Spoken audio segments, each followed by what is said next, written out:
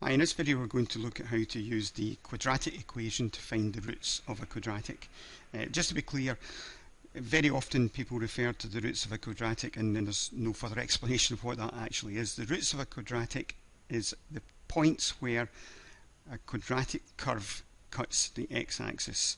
Now in actual fact it may not cut the x-axis, it may come down and not reach the x-axis, or if it's an upside down quadratic curve it might come up and not reach the x-axis. So it may or may not actually have roots, but if it does have roots then we can normally find it by factorising the quadratic into two brackets, but sometimes we can't do that because we don't have exact numbers that fit into that, and that's where the quadratic equation comes into. It's important to remember that in the exam you may well be tipped off that you have to use the quadratic equation, because it will say something like find the roots of the equation to one decimal place or something like that. Okay, now as soon as it says that, you know immediately you're going to use the quadratic equation. Other than that, it's probably safe to assume that it can be factorised into two brackets as you would normally. Now let's look at this particular one here. We've got 2x squared minus x minus 4. So we've got a quadratic there. And here's the quadratic equation that we're going to use to solve for the roots of this.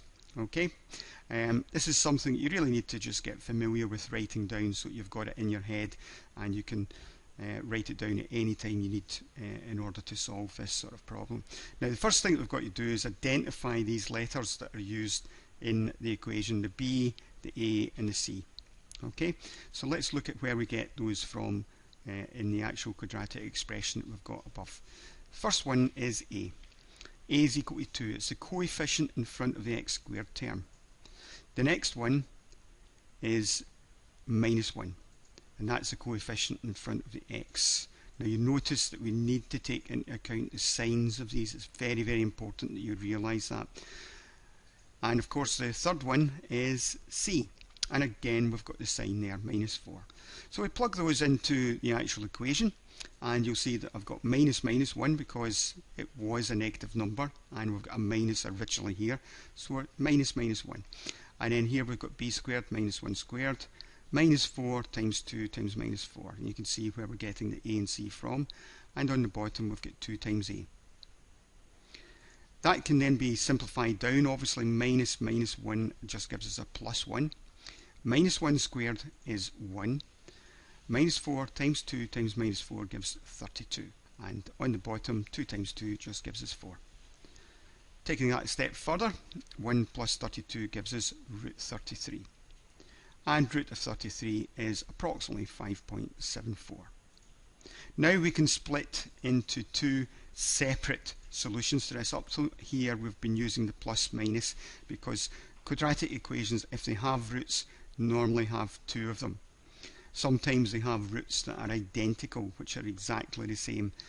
That would happen if the 1 plus 32 in here was not 1 plus 32 but turned out to be exactly 0. Then we would get roots that were exactly the same. But you'll see that we've got a plus minus here giving us two different roots.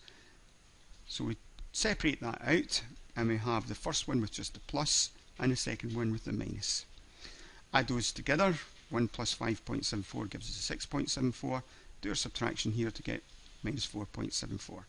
And finally we get the actual value of our two roots. These are the x coordinates of where the graph will cross the x-axis, and I've included a graph here so that you can see that. You can see our first root here, minus 1.185 approximately. You can see that in the graph is crossing round about here. And the 1.685, you can see that is realistically the value of what we've got here. Okay, that's all for this video. Thanks for listening.